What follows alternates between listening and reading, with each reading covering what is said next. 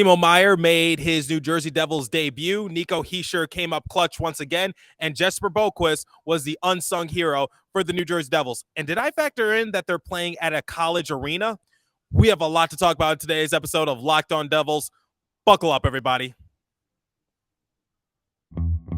You're Locked On Devils, your daily podcast on the New Jersey Devils, part of the Locked On Podcast Network, your team every day.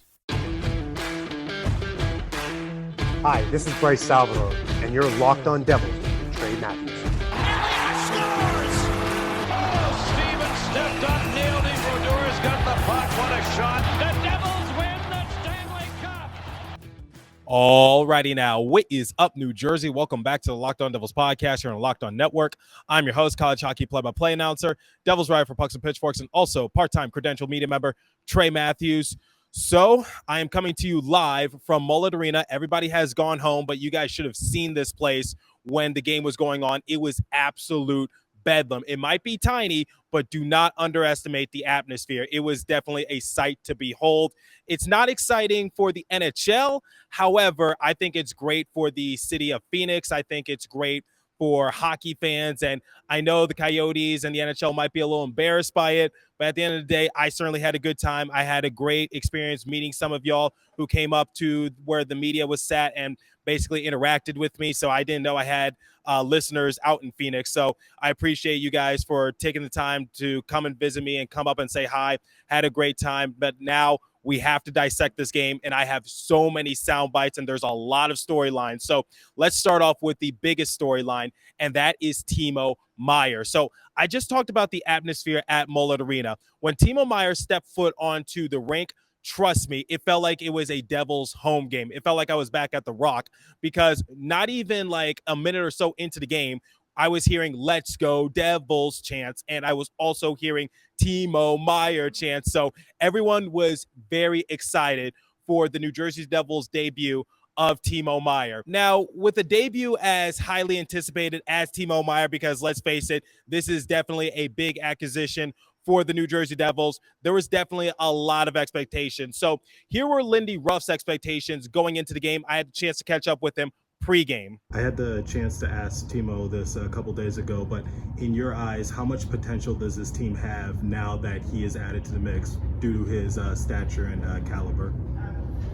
Well, we want Timo to make us a better team. We're having a good year. We know that we're surrounded by a lot of good teams. We want to continue to get better. We want to continue to grow as a team. He's a big piece of that for us now. So you heard it from Lindy Ruff. I was able to catch up with Timo Meier post-game. Here are his thoughts going into the matchup, because he's been injured for a few days. He was day-to-day. He recently got back to practicing with the New Jersey Devils. However, prior to this game, he was only able to wear a contact jersey for one practice. So I kept my expectations somewhat moderate, but here's what Timo Meier had to say to me post-game. Timo, new team, new organization. What were your expectations going into the game? Well, my expectation, like I said, just keep it simple and work hard and find get those 2 points. Go out there and win the game as a team. So I just tried to contribute in whatever way I can, and that was kind of just keeping it simple. Don't overthink it. Bring some energy and some physicality in there. So like I said moments ago, going into this matchup, my expectations for Timo Meier were somewhat moderate, because let's face it, he's playing in a rink that's not really up to NHL code. So that could definitely take a toll on you. He's playing for a new team. He's playing for a new organization. He has to get accustomed to the fact that he is not the only top goal getter on the team. So you got Jack Hughes, you got Nico Hischier, you got Jesper Bratt, and on the defensive side of things, you got Dougie Hamilton. So I was just like, Timo Meier is a huge get for the New Jersey Devils, but I said maybe it'll take like a game or two for him to get readjusted to the sport that he knows and loves, but it took him no time at all to get his first goal as a New Jersey Devil. Now, here's the thing that I've been preaching on this show leading up to Timo Meier's debut. I said Timo Meier shows some resemblance to a couple of his teammates. So first and foremost, for Miles Wood, he's not afraid to get under your skin. He's not afraid to be a pest, but I guess that has to go to Curtis Lazar now, who didn't play in this game due to visa issues because we got him a couple days ago. But digressing a little bit, the point is Timo Meier is not afraid to ruffle up some feathers. We saw it during the course of this game. I love some of the hits that Timo Meier had. I love his aggression. I love the fact that he wasn't afraid to throw his body around. In period number 3, he did get a penalty, and I was just like, okay, it's a high sticking call, but I still love the aggression. I love the physicality from Timo Meier. But the big thing that Timo Meier was able to do, he scored the first goal of the game, and you couldn't have scripted that any better. And another thing that I like to resemble for Timo Meier is that he likes to sort of play like Nathan Bastian. He likes to play in front of the net. He likes to get those redirects. And yes, people talk about him being a goal scorer, but a lot of people don't talk about his grit. A lot of people don't talk about his toughness. And how did he get his first goal as a New Jersey Devil? Something I've been talking about on this show. He was able to stand in front of the net, corral the rebound, wide open opportunity, and put it in the back of the net. And Ingram couldn't find it.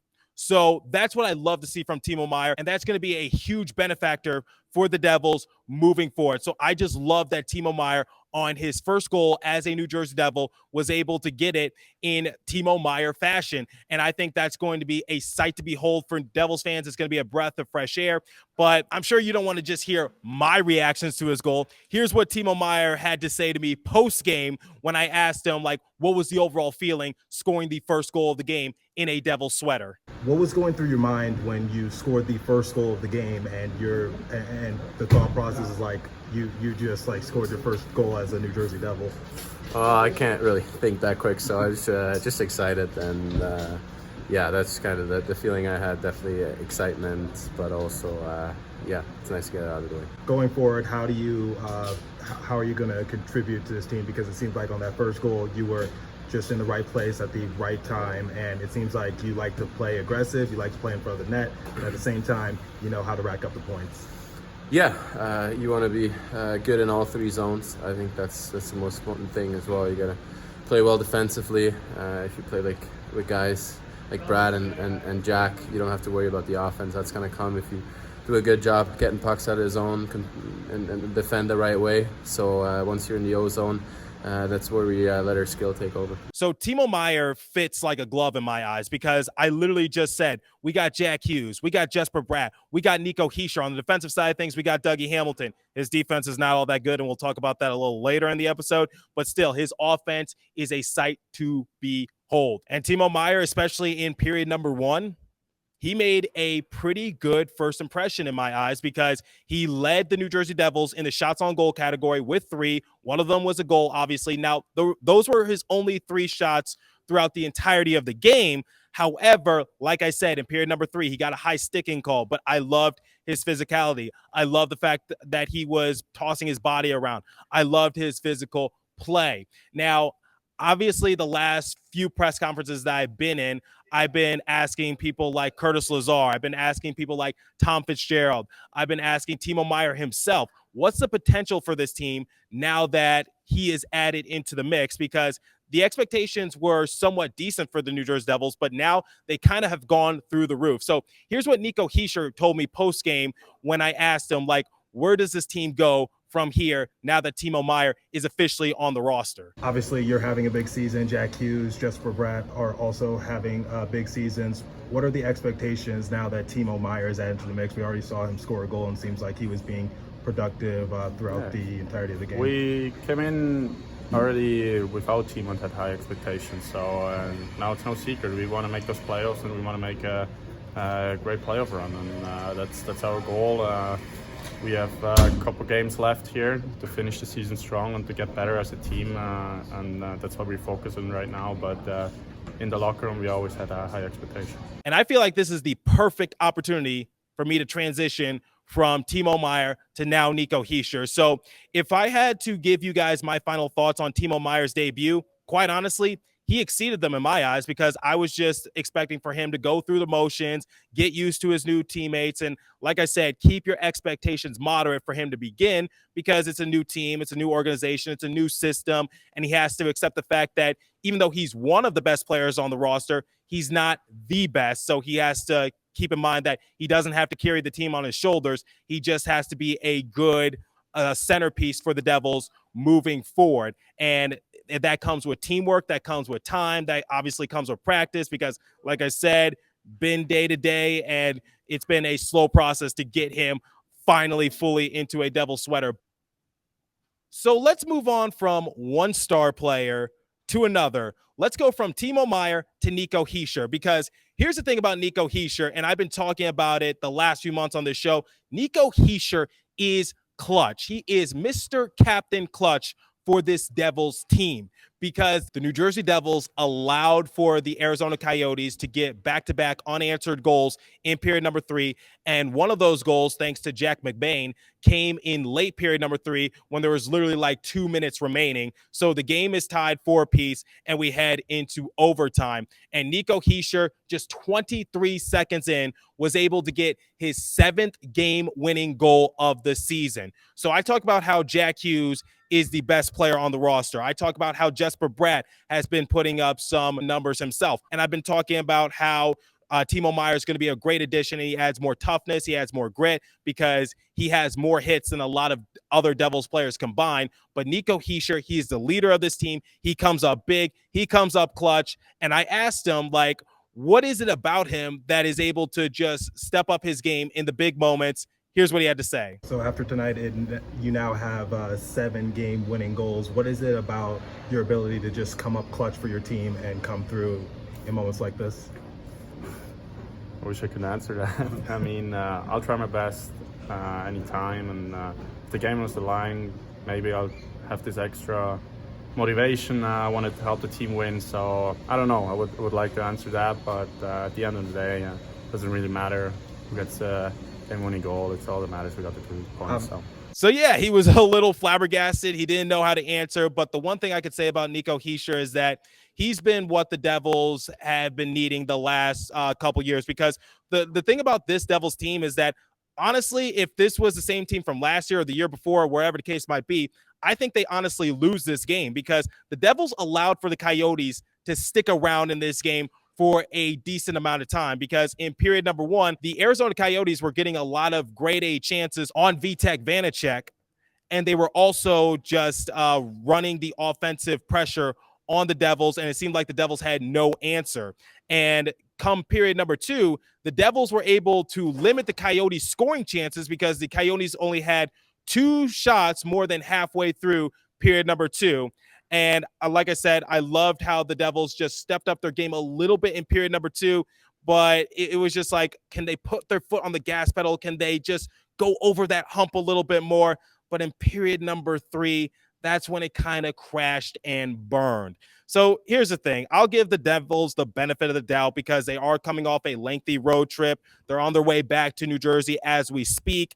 And obviously, this is the back-to-back game in which they take a team into overtime, because they lost to the Vegas Golden Knights in a shootout, and this time around they were able to win. Now, I do have my concerns a little bit for the Devils for not being able to close out games at times, especially when you should do it against this Arizona Coyotes team. But the one thing I say is, and I'll just, like I said, I'll give the Devils the benefit of the doubt. The Coyotes game this time around, it kind of reminds me the first time that we played against the Ottawa Senators. So, yes, the Arizona Coyotes record is not all that good. And at the time, this was before the Ottawa Senators became an absolute wagon, but they were struggling to begin the year.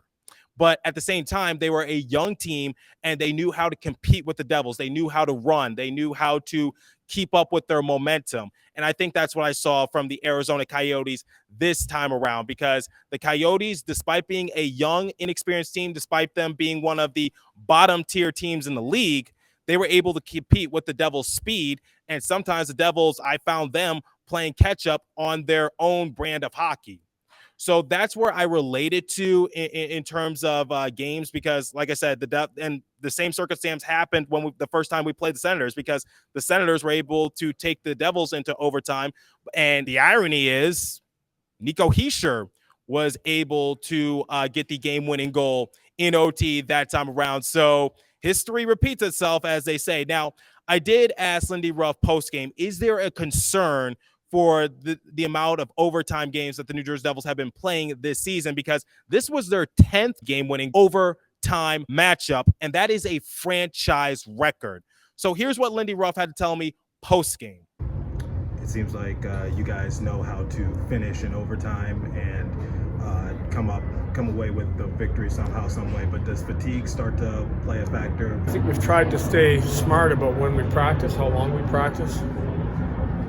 Just went through travel, playing 3 games in less than 5 days. And we're going to have to travel and then obviously play again. The schedule doesn't get any easier. I think the one thing we have is on any given night we can have another line that can step up. And that has been the strength of our hockey club, that as a group, if it seems like one line doesn't have it or one deep pair doesn't have it, there's another pair that steps in and gives us a great night. You look at the Severson pair tonight. I thought Sebi gave us a great game. I thought Kevin again played a solid game for us. So it's really just all about the team. Ruff also talked about how the team might have been a little tired as well, just because from all the traveling. And I can understand that because this is the end of their West Coast road trip, and now they're heading back to New Jersey. Everyone could be a little jet lagged. So I remember seeing this early on in the season when they played the Vancouver Canucks, because it was the first time that the Devils were traveling out west, and they got off to a slow start, but they were able to pick it up as the game progressed. So like I said, this game just relates to the first time we played the Ottawa Senators and the first time we played the Vancouver Canucks. So just a young team that is able to compete with the Devils' speed and able to give them a run for their money, despite maybe not being one of the top tier teams in the league. And then for the Vancouver Canucks, we just saw the Devils be a little jet lagged because it was their first time out west, and maybe the Devils just had to get their legs underneath them, but they really need to learn how to finish just a little bit better, especially if they want to potentially make a deep playoff run. Now, I need to give this player some love, and that is Jesper Boqvist, because Jesper Boqvist actually surprised me in this game because he was on hat trick watch going into the final period of regulation, and he was able to score toward the end of period number 1, and he was able to score at the end of period number 2 to make sure that the New Jersey Devils didn't blow this game against the Arizona Coyotes, because when looking ahead of the schedule for the Devils, they're going to need all the wins that they could potentially get, because their next game is going to be against the Toronto Maple Leafs, and you got the Washington Capitals, Montreal Canadiens. That's not really going to be that tough a battle. But then you got the Carolina Hurricanes, the Tampa Bay Lightning again, Florida Panthers, Tampa Bay Lightning once more. So, yeah, the Devils need to rack up all the possible points that they could get. So normally this time around, if this was like back in or early on in the year or something like that, I would have just said, you know what, it happens, whatever the case might be. But I said, no, Devils, you need to get these 2 points against the Coyotes, because this is a game that can help you build up the points before you head into that tough part of your schedule, because we already seen what happens when the Devils enter a tough part in their schedule in late December, and it carries over into January. We know that rough stretch for the Devils. But anyway, Jesper Boqvist was able to have that big game for the Devils. He surprised me. I think he surprised a lot of people at the most inopportune times, because sometimes he just comes out of nowhere. But Jesper Boqvist, the last few games for the Devils, has had a silently good impact on them. But I think this time around, he was able to put everyone on notice.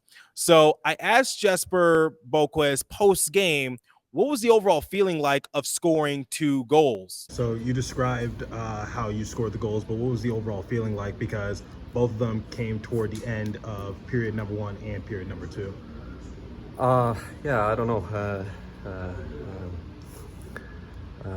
Yeah, I don't know what to answer that really, but nice to get the goals and the win for sure. So similar to Nico Hischier, he was a little speechless. But the one thing I could say about Jesper Boqvist, if he is able to maintain his overall impact for the Devils, and like I said, it's an impact that you don't really realize at first, but I think this is one of the rare times where his impact is now put on a bigger scale. I think Jesper Boqvist can be definitely an underdog for the Devils on the bottom 6. Now, I asked Jesper Boqvist himself, how does Curtis Lazar help the team, and how is Boqvist going to help as well? So here's what he had to say. So obviously you had a productive night, and obviously with the acquisition of Curtis Lazar, there's going to be more grit added to the bottom 6. And with your night, do you hope this carries over into as the season progresses toward an end? I mean, I sure hope so. Something I want to do, be a productive guy. So for sure, hopefully it keeps coming. Needless to say, Jesper Boqvist, I don't think he talks to the media too often because we don't really seek him out all that much. But this was definitely a game in which we wanted to speak to him, and Jesper Boqvist has impressed me more ways than one. So hats off to Jesper Boqvist in this game. And now we're going to shift over into the final segment in which I give you guys my final thoughts on the game and how the Devils move on from this matchup against the Arizona Coyotes. I want to get you guys hip to a product that I use literally every day. So I started taking AG1 because I wanted to be happier. I wanted to be healthier. So what is the stuff? With one delicious scoop of AG1, you're absorbing 75 high-quality vitamins, minerals, whole food source superfoods, probiotics, and adaptogens to help start your day right. This special blend of ingredients supports your gut health, your nervous system, your immune system, your energy, recovery, focus, and aging, all those things. So its lifestyle is friendly. Whether you eat keto, paleo, vegan, dairy-free, or gluten-free, contains less than 1 gram of sugar, no GMOs, no nasty chemicals, or artificial anything, while still tasting good, supports better sleep quality and recovery, supports mental clarity and alertness. It's the one thing that's best about Athletic Greens. They use best of best products based on the latest science with constant product iterations and third-party testing. So right now it's time to reclaim your health and arm your immune system with convenient daily nutrition. It's just one scoop of cup of water every day. That's it. No need for a million different pills and supplements to look out after your health. To make it easy, Athletic Greens is going to give you a free 1-year supply of immune-supporting vitamin D and 5 free travel packs with your first purchase. All you have to do is visit athleticgreens.com/NHL Network. Again, that is athleticgreens.com/NHL Network to take ownership over your health and pick up the ultimate daily nutritional insurance. And now, while we're on the topic of eating healthier, I know some of your New Year's resolutions was to, in fact, eat healthier. So let me tell you about another product that I like to eat, and it's Built Bar. So looking for a delicious treat but don't want all the fat and calories, then you got to try Built. So I don't know how Built does it, but healthy is actually tasty. Seriously, they're so delicious. You won't think that they're good for you. Perfect for your New Year's resolution. What makes Built Bar so good? Well, for starters, they're covered in 100% real chocolate. And that's right, real chocolate. And they come in unbelievable flavors like churro, peanut butter brownie, and coconut almond. And like I said, I don't know how Built does it, but only 130 calories, 4 grams of sugar, and a whopping 17 grams of protein. And you don't need to wait around to get a box. For years, we've been talking about ordering your Built Bars at Built.com. Now you can get them at your local Walmart or Sam's Club. That's right. Head to your nearest Walmart today, walk up to the pharmacy section, and grab yourself a 4-bar box of cookies and cream, double chocolate, or coconut puffs. If you're close to Sam's Club, run in and grab a 13-bar box with our hit flavors, brownie and batter churro. You can thank me later. Built Bar is the protein bar that tastes like a candy bar. So here's my thing for the Devils. Yes, it's great to win an OT. Yes, it's great to get those exciting victories. And yes, they were able to walk away with 2 points. But let's face it, this outing was not their best outing by any stretch of the imagination. And I'm sure they know they could do a lot better. Now, here's the thing. I do have some concerns for Vitek Vanecek because in this game, he allowed another decent amount of goals go past him. Now, I'm not trying to put all the blame on him, but at the same time, let's look at his previous 5 games. So against the Colorado Avalanche, he allowed 5 goals. Now, it was rumored that he got injured in the game, and that's why Lindy Ruff pulled him. However, I did mention it to Lindy Ruff post-game, and he didn't really specify on it. So I don't know if it was an injury or not. But the LA Kings, he allowed 3 goals. Montreal Canadiens, he allowed 4.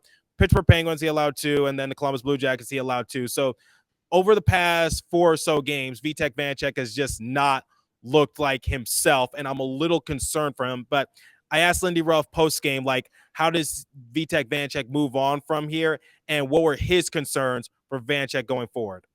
I know it's unfair to put all the blame on him, but is there a concern for Vitek Vanecek given his last 3 outings? We saw him pulled in the in his last outing against the Colorado Avalanche. So how would you go with him moving forward? You know, I think first you have to analyze the goals, and are they bad goals? When you look at the first one, East-West play, there's probably not a lot he can do. I'll have to take a look at the last couple. But all I know is this group has got us to this point. He's been a big part of this group, and he has made big saves that have helped us win a lot of hockey games. Now, I do agree with them. Like, we do need to look at the goals, but at the same time, I literally told you the past few games for Vitek Vanecek, and even if you get a couple of those goals back, Vitek Vanecek just hasn't looked sharp in this game or some of his previous outings. And for Vitek Vanecek, the one thing we've been always talking about him is that he's shut down. He is able to come up clutch for New Jersey Devils, and I didn't really see it in this game. Now, at the end of the day, let's look at that final goal for the Arizona Coyotes, for example, off the shot of McBain. So, yes, you can blame Dougie Hamilton for not playing really good defense, but at the same time, Vitek Vanecek had poor rebound control. So it goes both ways. So the defense hasn't been all that good for the Devils, especially these last few Vitek Vanecek outings. But at the same time, I expect for Vitek Vanecek to make some of those saves. And as a good goalie, sometimes you do have to bail out your defense. Now, I'm not trying to act like I know more than Lindy Ruff or Vitek Vanecek.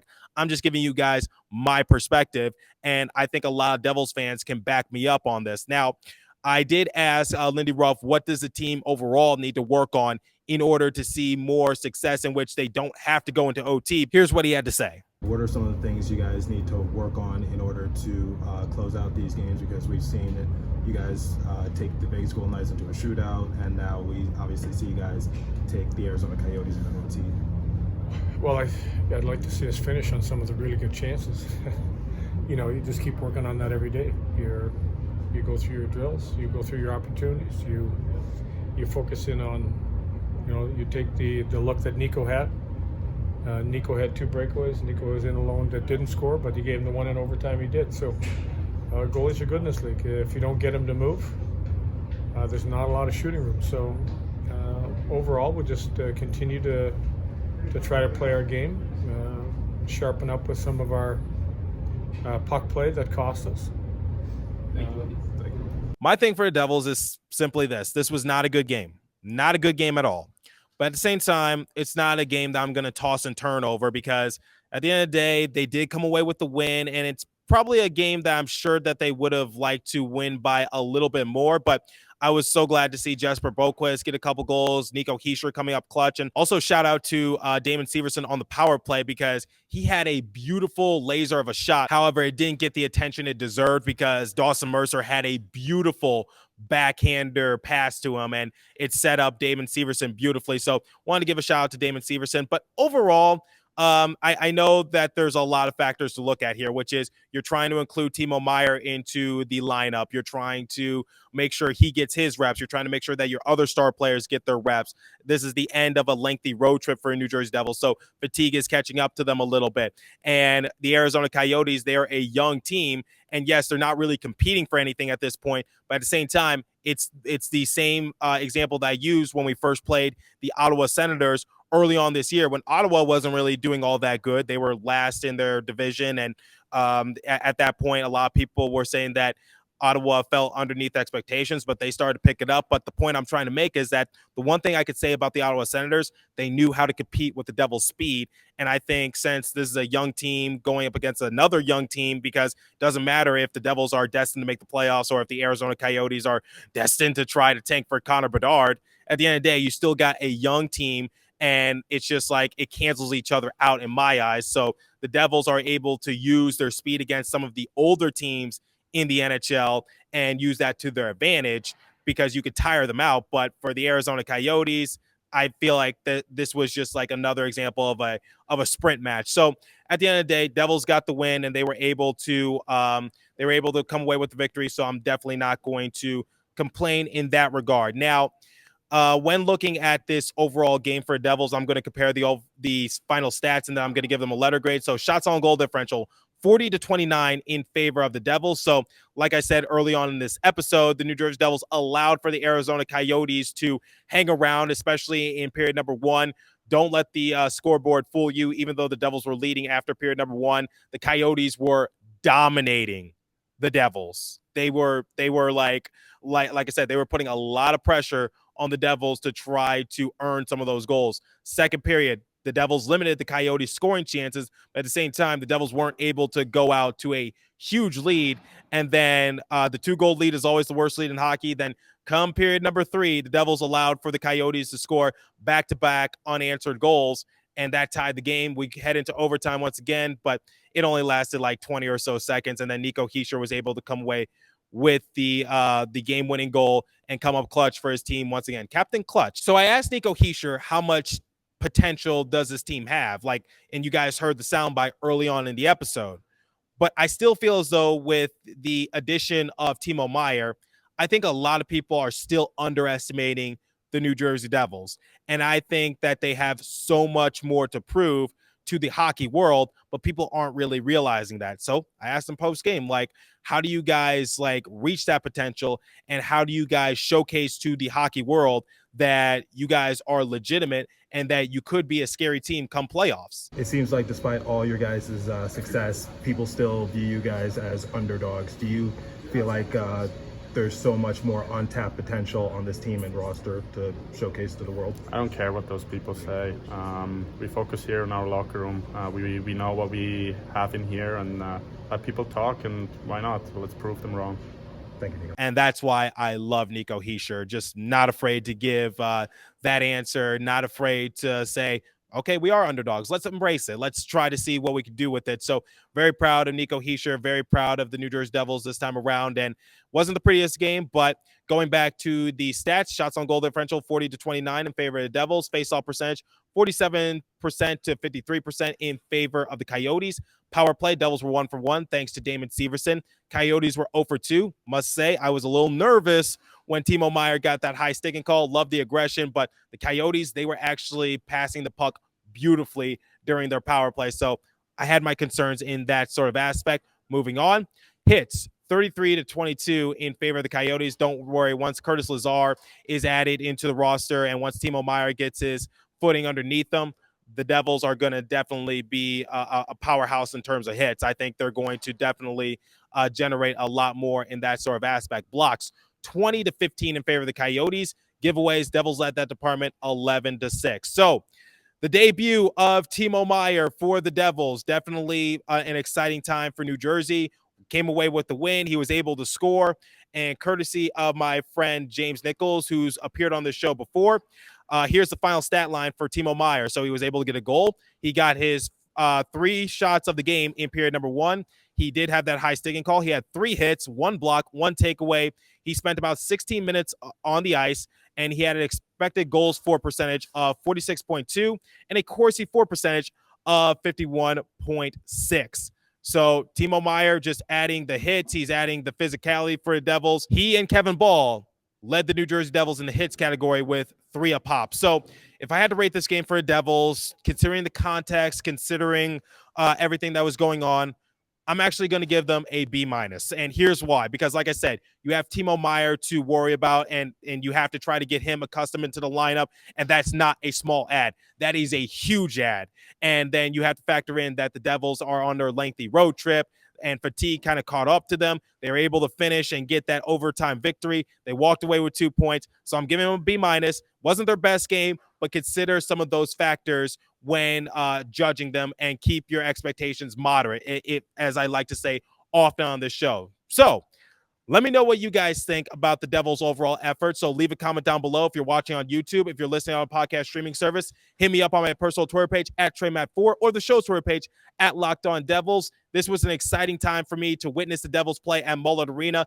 Enjoyed going behind the scenes once again. Loved reuniting with some people who are up in the press, press row with me, because we were just above some of the stands at Mullett Arena. Wasn't like a press box at the Prudential Center, but nonetheless, loved reuniting with a lot of people. Loved meeting a lot of you at Mullett Arena. So loved interacting with just a lot of people and just being back in my old stopping ground, if you would, even though I was there just 2 months ago. But as for today's episode, guys, that's all the time I have for you. So continue to stay safe. Have a wonderful day, New Jersey. Go Devils. I'll catch you guys in the next episode. Trey Matthews signing out at Mullett Arena.